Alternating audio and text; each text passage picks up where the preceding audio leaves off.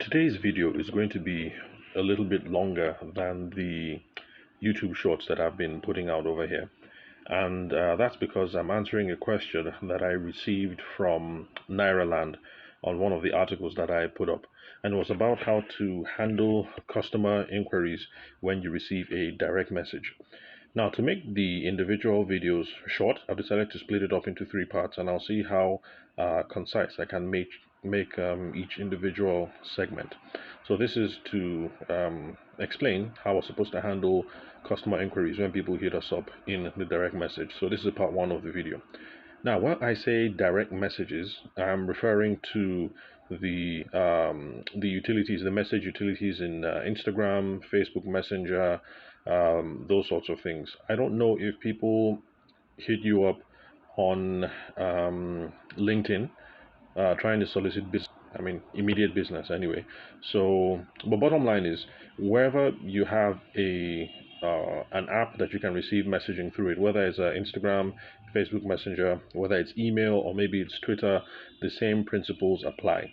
So on Facebook Messenger, it's okay. Well, it's called Facebook Messenger over here. On Instagram, it's called DMs, and of course on email, it's email. But however it is that you receive the message, for now, we're just going to call everything a direct message.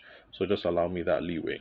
So, like I said, the same principles apply when you receive messaging on any of these platforms and it's a commercial inquiry. That's somebody's asking you, how much do you sell XYZ?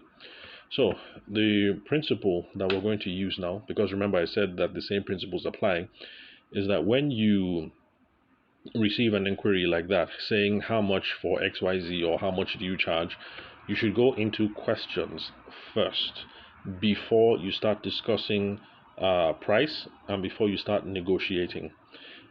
And the reason why you're supposed to ask questions is because at this stage, we don't have enough information yet from this random inquiry before we start discussing issues of Naira and Kobo or dollars or however it is that you charge in. So a question-led process is going to get you all the information that you need to start discussing price and to start negotiating.